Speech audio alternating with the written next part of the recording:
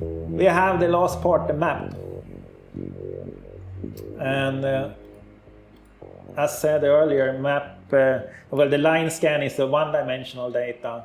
A map will be a two-dimensional data. And it do the same thing as before. It runs until we are satisfied with the statistics. And we can see right now it do 256 pixels. And that is for the full image here. But if now we have cropped it, so it will be like 200 by 200 or something like that. And then it assigns a color to each element. So now you see it says silicon becomes green and carbon becomes red. Very good if you're colorblind.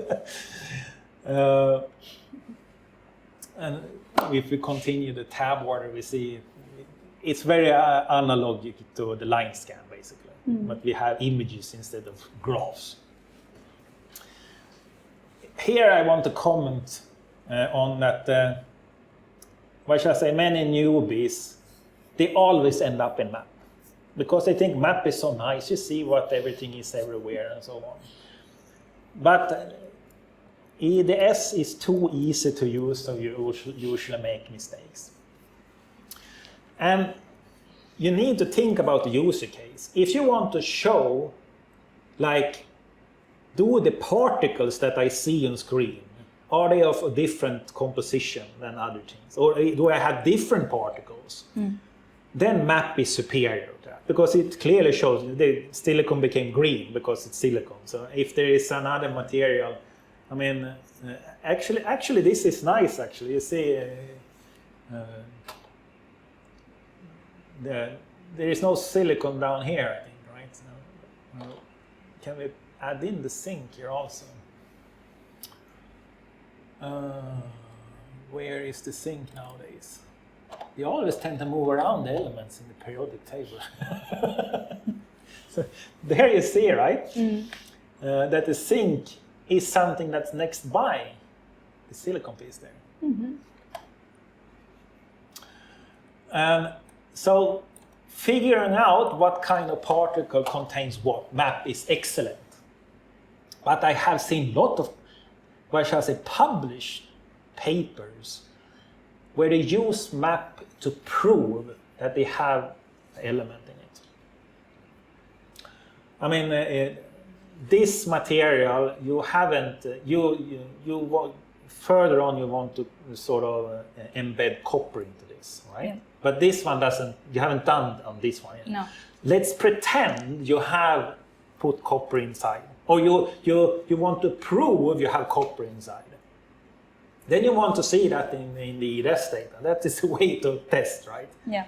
And then, I mean, I have seen many publications where they do this. Okay, we want to prove we have copper. Okay, it doesn't auto-detect copper here, right? Because we don't have any copper. But I believe in my methods that I've used on my sample, right? So it should, of course, contain copper. So let's add copper. We force copper into it. Now we have copper there. And we can see on the image here that, here there is a lot of copper. Right? You publish that, proof of copper. And here comes all this is bullshit. And the way to prove you have an element in EDS, that is to show the characteristic peak in the spectra here. Yeah. That is the proof. To add it manually and get a color map like this, the intensity of the color, we can stop the scan here. The intensity of the color cannot be compared between them. So if I say the brightest yellow in our fake copper image doesn't mean it is 100% copper in that little particle, because there's 100% silicon in that silicon piece. It looks equally bright yellow as it is bright green. Our mind tends to do that comparison. But all images are unique. Yeah. The brightest green here could actually mean 100% in that silicon particle. I tend to believe that. We have many evidences for that here, that this is a silicon particle. But the brightest yellow in the copper image, that can just be random noise. Can be like 1% random noise. And the reason why the particle shows up is because right there we have a little bit more, what shall I say, average X-ray intensity, because that particle is facing the detector or something like that. And then it looks like it contains copper. But actually we don't have any copper. We can see copper is these green lines here. Yeah. And we don't see any any yellow peaks in that area. Obviously it doesn't contain copper. But so using map to prove you have element is bad. You should show the spectra for that. Yeah. That's a warning. If I click, as I said, the colors here represents the X-ray intensity also, not the weight percent. So we can do the same calculation. If I click on quant map, it will calculate with our model that is very naive and give the intensity as a function of weight, calculated weight percent. So now the brightness of the color will represent more how our mind tends to interpret the image. So now we can see that when we're looking here, you can see that the carbon is super red because we have a lot of carbon in our material. It's a wood chip, right? And then we will see some color of the silicon, but it will be most likely a bit darker than the carbon. And since it needs to do this calculation on each and every single pixel, it takes a little bit time also. Yeah. But it's worth waiting, I think, to see.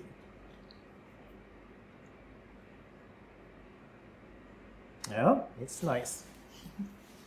But we learn a lot on this.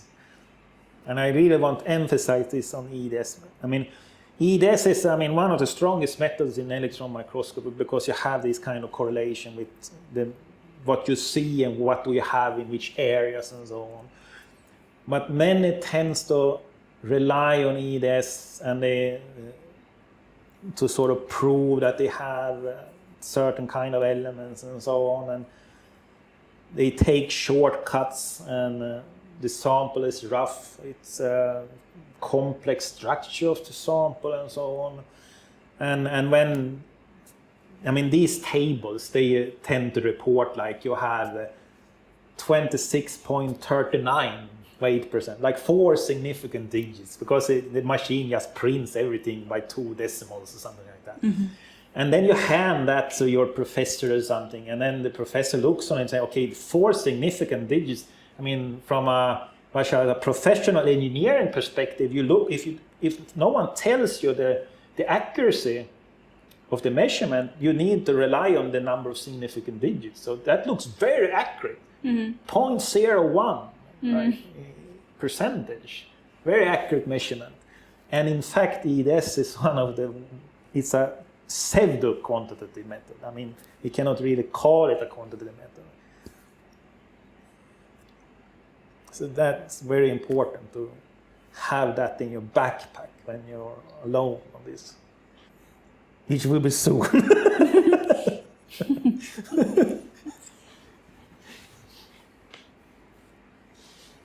That's a secret message to the camera viewers. What do I mean by that? You see, it started coming along. We're coming halfway there. It would be nice to see that zinc particle there. That had that also copper color before. See. Usually in this case, this was actually a very good demonstration because we had like the right sample to actually show this. And usually when they do this in publications, these fake publications, they add the element like that, and then it is just noise. It's just random particles everywhere. And that is, of course, even worse. But here we had a very good demonstration that it even looked like some kind of signal. I want to see those samples with copper later. That'll be interesting to see. Yeah. So the idea here with this training session is we have gone through now how to start up the machine, how to load the sample, how to use these retractable detectors. We have talked a little bit about signals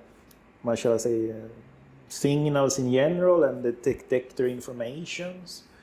We have moved over to talk about the EDS aspects. I will say that it's always good to read up. I mean, this is just a session to get you the training to be able to run the machine. Many people that come to me, I have trained more than 50 people on this machine. And it is quite common that they come and say, I want training on the machine to be able to use it, but I don't want to have a course in electron microscopy. But running the machine, that is just step one. Step two is that you actually need to learn, the technology and how the physics behind it and so on, so you understand what's going on. Because you will be the one that's responsible for the results that you're delivering to your other colleagues. And if you look on EDS compared to electron microscopy, there is a perfect book that was newly published. I'm talking about Goldstein's book. And that is a classic book in scanning electron microscopy. And it came in a new edition for must be 5-10 years ago or something. So it's quite updated. But that book is like that big. And about 60% of that book is EDS. So more than half of the book is EDS. So that gives you some kind of perspective.